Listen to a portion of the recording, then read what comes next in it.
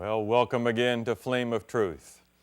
I'm Dan Smith from Garden Grove Adventist Church down in Orange County, and just excited to be on LLBN today. We're doing a Psalm series. We started last week with the story of David.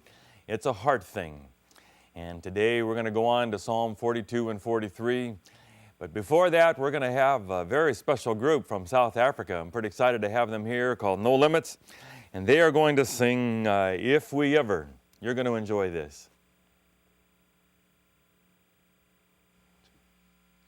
If we ever needed the Lord before, oh, we sure do need Him now. Oh, we sure do need Him now. If we ever needed the Lord before, we need Him every day and every hour. We need Him, we need Him every day and every night. We need Him, we really need Him every day and night. We need Him, we really need Him every day and night. When the sun is shining bright, just to make our hearts feel glad.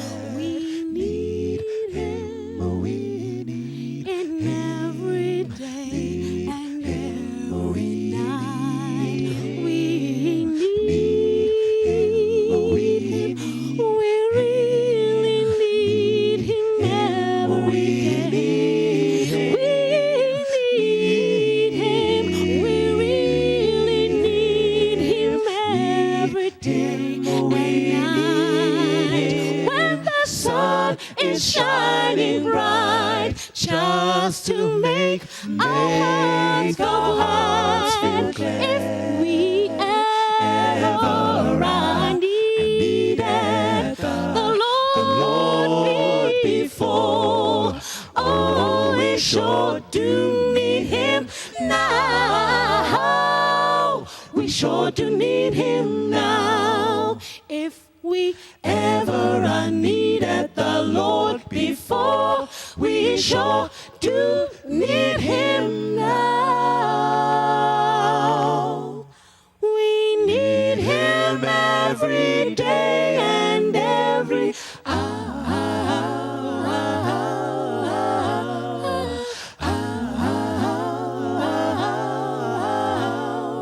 Need Him every day and every need Him every day and every need Him every day and every hour.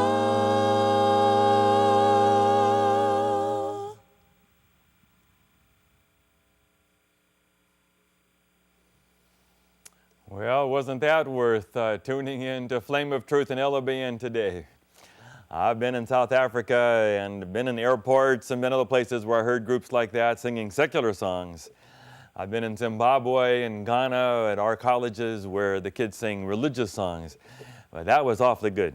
I hope we get some more of that somewhere along the line. No Limits. What a great group from South Africa. Anyway, as we talked about, we're doing Psalms. And let's start with this. I just came back from Hawaii. We're on a quick vacation to the island of Kauai. Let's say that you somehow inherit a mansion on a hill looking out over the best beach of Hawaii. There is everything. There is nothing that you could have in your heart that's not there. There is your own private golf course. There's gorgeous swimming pools with waterfalls and fountains and dolphins jumping. And there's your putting green, and there is a wall of television where you can watch any movie made in the world instantaneously. Gorgeous food comes and fruit and incredible. You have your own yacht, your own jet, your Ferrari. There is nothing you could dream of that would not be there. Nothing is deprived of you. You can play every sport, every pleasure is in the world. It is heaven, but there's no God. There's everything that heaven is, but no God. Or you could have God and nothing else. You could be in a little hut in the mountains of some country somewhere, far from all these other kinds of pleasures. But you would be with God Himself every minute for the rest of eternity, but nothing else. Which would you choose? Heaven without God, or God without heaven? Just to make you think a little. Hopefully you don't have to choose between the two. But Psalm 42, David says here in the classic verses, they have the song, As the Deer comes from this, as the deer pants for streams of water, so my soul pants for you, O Lord. My soul thirsts for God, for the living God. Where can I go and meet with God? David's probably in exile at this time. He can't get to the temple. He's not in a position where he can go, where he can feel like he can go to God's place. He's hungry to be with God. As the soul pants for God. Where is your heart? I was in a small group for years. That was our search. Where there are deeper levels you can get to in this world to get to God. We know we don't get to see Him face to face or hear His voice. How close can we get to God? We're hungry for God. We wanted to know that we had had everything there was available. I have an uncle who has preached about relationship for many years. His name is Maury Venden. Some of you will know him.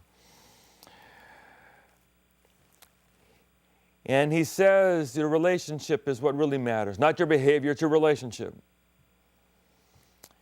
And we need to spend time studying the Bible and praying, having a relationship. But what if you don't seem to want to do those things? Most of us have a choice between a Sports Illustrated and the Bible. We choose sports or a movie or listen to our music or whatever else, and we push God away. But David has this heart, my soul is longing for God. But what if you don't feel that longing? What are you going to do with that?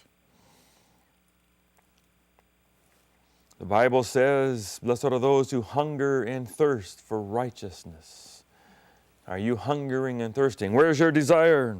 It's all the way through the Psalms. Psalm 63, verses 1 and 2. O God, you are my God. Earnestly I seek you. My soul thirsts for you. My body longs for you. As a dry and weary land where there is no water. Psalm 143, verse 6.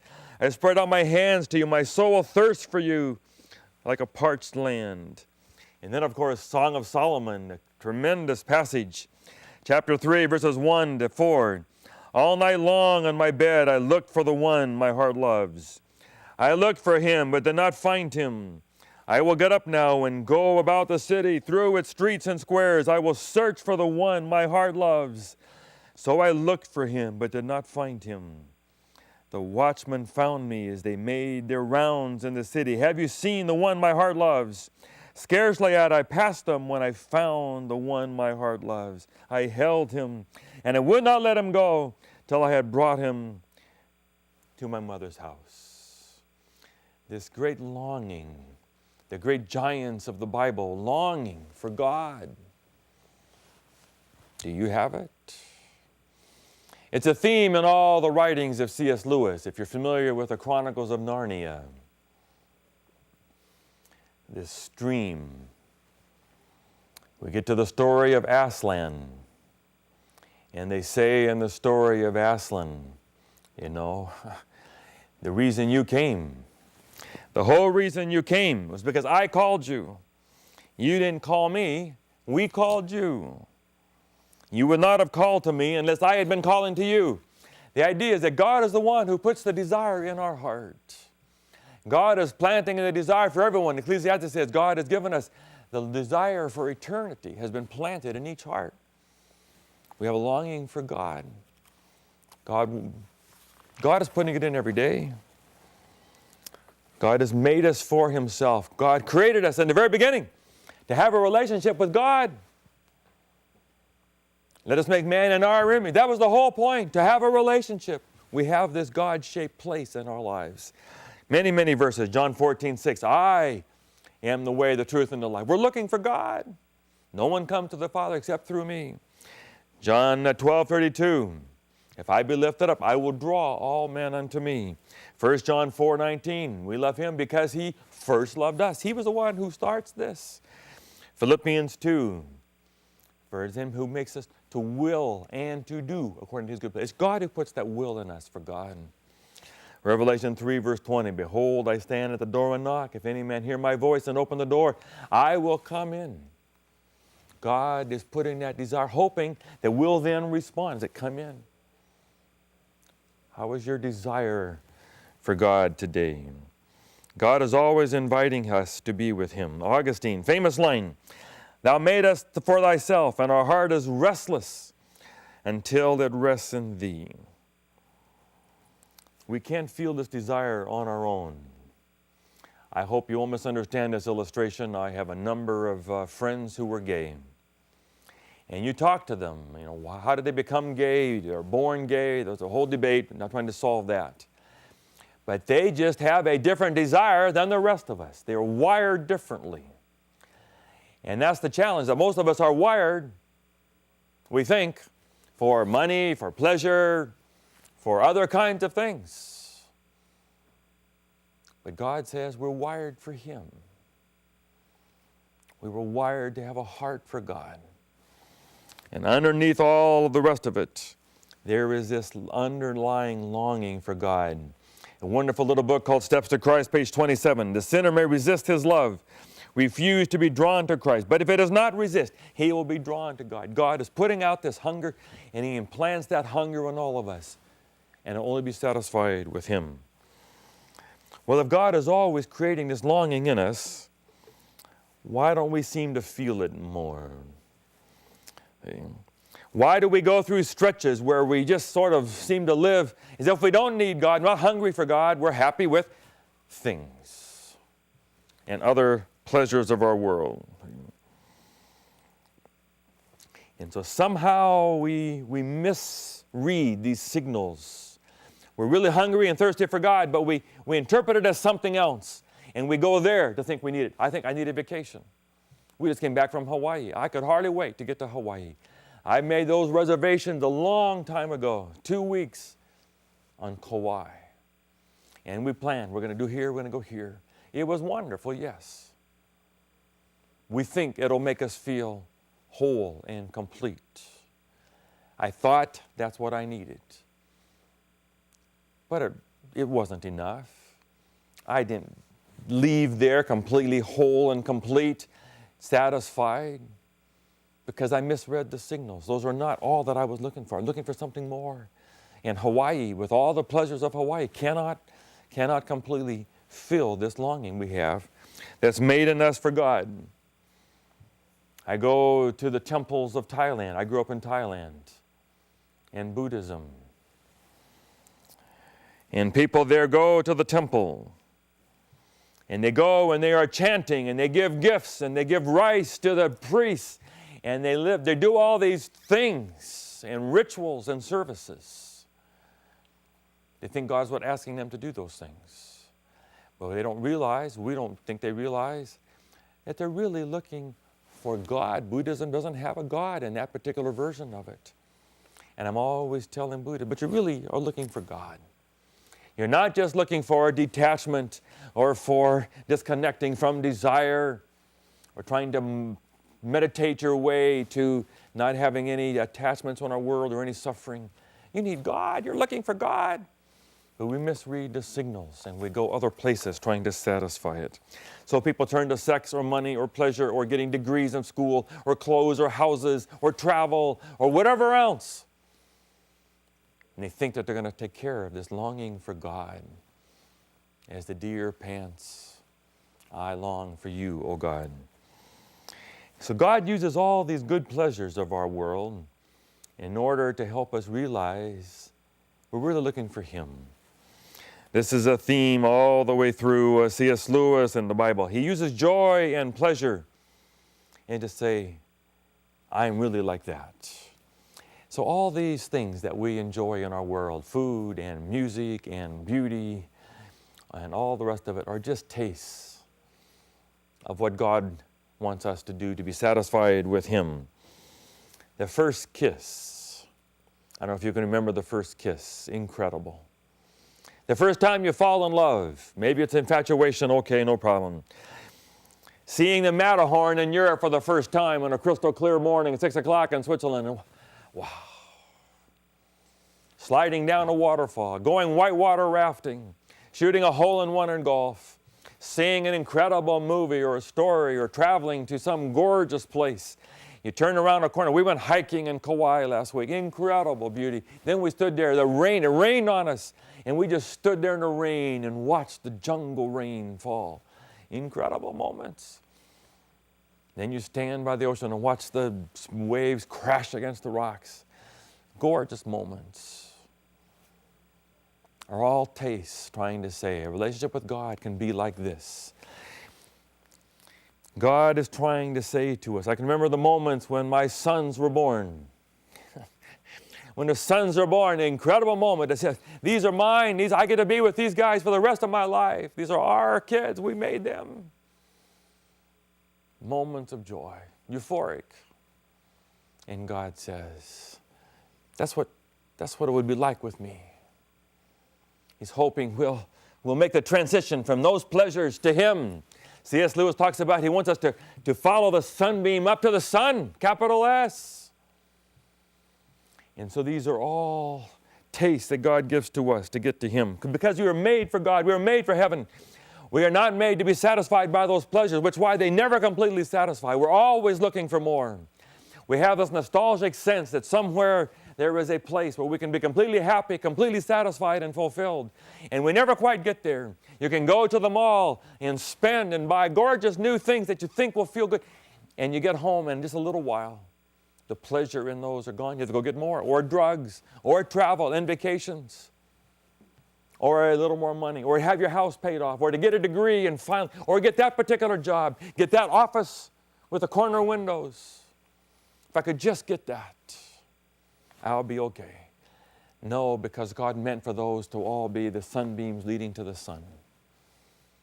We were made for God, and our hearts will be restless until we find God. Psalm 42. We look forward to them.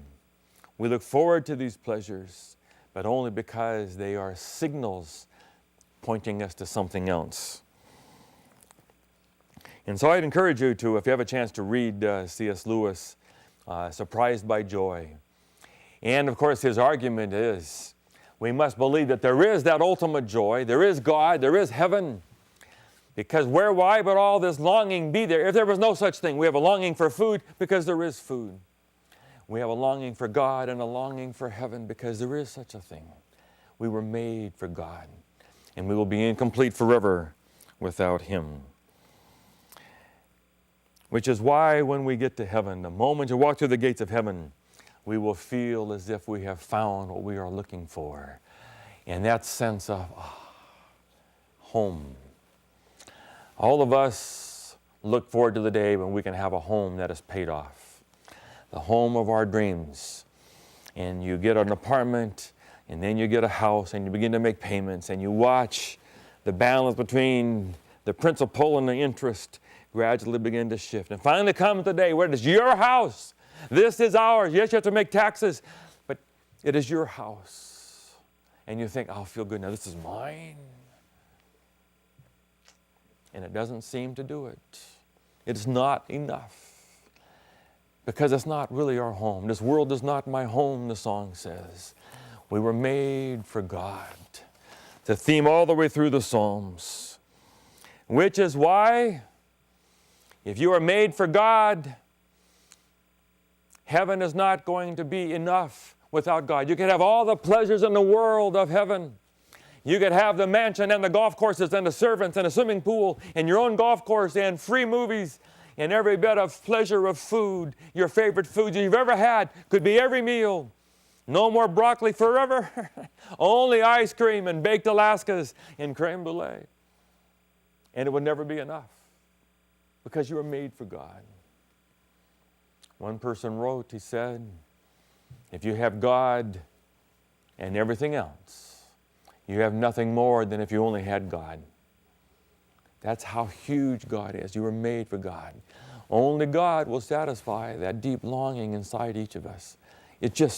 God is the only one that will fit. Which is now to say, the heaven is all about God. Yes, the sensual thrills are going to be incredible. It'll be incredible to never have to feel stress again. Never be tyrannized by time. To have all your relationships of all the people that have been precious to you, to have them all back. To have back with my father and my grandparents and all the people that are precious to us. To have all the people who have died in wars back. All things are made right. Everything has been reversed. God has made up to everybody all that has been taken away in our world. Yes, that'll be incredible. And to have your own mansion and your own place and to have all these pleasures, incredible. And God uses those to make us long for heaven. But heaven is all about God. Jesus says in John 14, I will go and prepare a place for you. And if I go and prepare a place for you, I will come back and take you to be with me. That where I am, there ye may be also. Where I am, the purpose of heaven is to be with God. Revelation 3:20, to come and to be with God face to face forever. That is the whole point of heaven. And that's what David is trying to say here. My longing is for you, God, not just for all the perks of heaven. My longing is for you, to be with God in heaven. Psalm 84, verse 10, for a day in thy courts is better than 1,000 other days. God is the one you're really looking for. If I can just say that clearly and gently. If you're having a bit of disappointment with life, life is just not full and complete, and you're trying everything else. I've had young people come to my office many times. I know something's missing. You're looking for God. I have someone, I won't give you the details, has tried everything, watches Oprah. Every book that Oprah promotes on her book, buys that book. That's the answer. Tries this, tried exercising, and went down to the gym, lost all the weight. She looked incredible. Didn't do it. All the pleasures of the world, had a beautiful home, on a golf course, everything you can imagine, gorgeous, decorated. Money, vacations in the Caribbean and Hawaii, still longing, still struggling. And I just wanted to say, you're looking for God. It's God you're hungry for. And that's why heaven will feel satisfied. We're finally face to face with God forever. Well, here comes the bottom line. You don't have to wait for heaven. You don't have to wait. Jesus said in John 6:35, I am the bread of life. He who comes to me will never go hungry. He who believes in me will never be thirsty. To the woman at the well in John 4, you drink from my water, you'll never be thirsty again. It is possible to be filled with God and to be greatly satisfied here and now. You and I were made for God. Yes, heaven will be the finish of it. We will finally feel full and completely healed and satisfied and complete. But there is a great degree of completeness that can happen right here and now. Even with a God that we cannot see or hear His voice, but we can be filled with the fullness of God, Colossians 2 says. We can have all of God right here through the Holy Spirit. Hebrews 6, verses 4 and 5. Through the Holy Spirit, we can taste of the powers of the age to come now. Jeremiah 28:3, you will seek me and find me when you seek me with all your heart. And so when David says in Psalm 23, surely I will dwell in the house of the Lord forever, that starts here and now. He prepares a table before us in the presence of men. Now, all those things begin. And so I just want to encourage you. Try to get more of God in your life. There's more available than most of us are taking advantage of now. I've always laughed inside my heart when we do communion. You call it Lord's Supper, you call it whatever you call it, ordinances. But there comes that time when either you go forward in a Catholic church or that tradition, or in our tradition, we pass out all these little cups. And then comes that moment where I'm the pastor, I'm leading out, and I'll say, and Jesus said, drink ye all of it. Drink ye all of it. And we drink a little tiny cup. Is that enough? A little bit of God? Why don't we have a big gulp? Because we can't afford it. Why don't we go give them some, the massive, the largest cups we can find, and say, drink you all of it. Drink a lot of God. Why are we satisfied with little tall communion cups of God when God is, drink you all of it? We were made for God, and David just says, as the deer pants for the water, I long for you, O God. And Jesus says, I'm knocking on the door. God is planting in the desire in our hearts for Him. Why don't we drink all of it and take a big drink of God? Me too. And I just encourage you and challenge you to drink a bigger drink of God and to look for God. That's what you're really looking for. I was in high school, finished high school in 1971, and went up to Milwaukee, Wisconsin to sell some books. I was part of a group of about 40 kids. My girlfriend was there too. We got down to the end of August. She had to go out to California to go to college. I was going to go to Michigan for college, and the times of the colleges starting were a few weeks different. So I stayed there and worked for a few more weeks. Someone came through and they offered me a chance to drive their BMW that was supercharged with a fancy turbocharger, drive that BMW all the way to California. And so I'm 18 years old. I got to drive this car. Incredible. I started out at the speed limit, 55, 60 miles an hour. As I got into Nebraska, it got a little faster. Got to Wyoming, I began to, empty roads in middle of nowhere. By the time I got to California, I was going 80, 90, 100 miles an hour because the one I was in love with was there. That's what we're doing with God. We're going faster and faster because you and I are looking for God. God bless you.